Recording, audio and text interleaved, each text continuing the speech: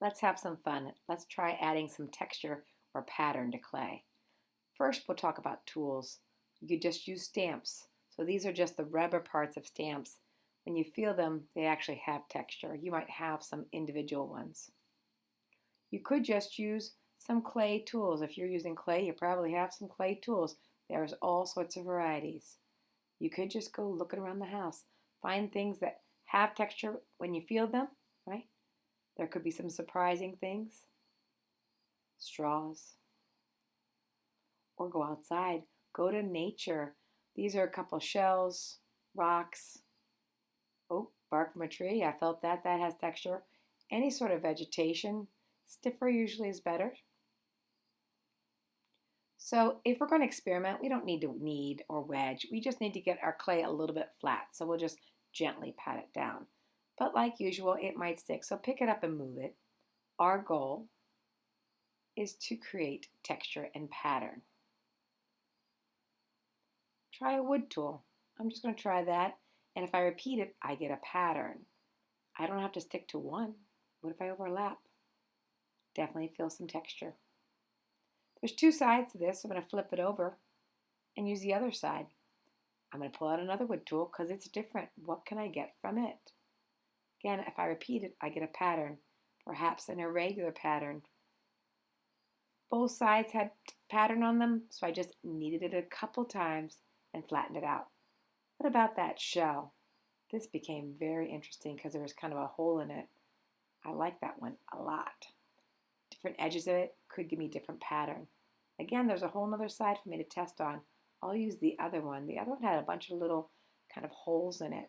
And if I rolled it, it creates all this little pattern and texture. That's excellent. Well, both sides are done. It's time to knead it a couple times. Not too many. I don't want it to dry out. And then I'm going to flatten it. Let's try some of those tools from just around the house. This is a bobbin. And when I repeat it, little holes kind of pop up in it. Here's the cap of a soda bottle. And those have little ridges on them.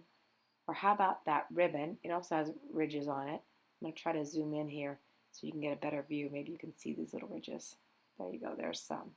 They'll really show up when we do glaze on there. I did both sides, so I'm just going to knead it about 3 times and then flatten it. What else should I try?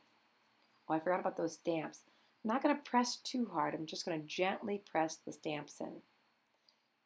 If I wanted to do a large area, I would move it over and press again. That's pretty interesting. Again, when we glaze that, that would really pop out. You could try the smaller stamps and you could try overlapping, repeating, and see what you like. There's another side. What else can I use? Oh, some nature. Let me get out that bark. It's kind of like a stamp that we used earlier because it's nice and long and thin. And it's definitely creating a very interesting pattern.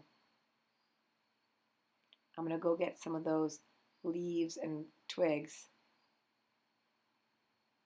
I have to say these might be some of my favorites.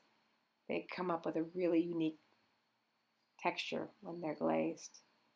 If you're pressing into the clay with some nature and something gets stuck in it, you can try to get out with them with needle tools, but don't ruin your texture. Get out as much as you can. Anything else is just going to burn off in the kiln. All right, it's your turn to create some texture and pattern. I'll have some tools for you, but hopefully you brought some of your own.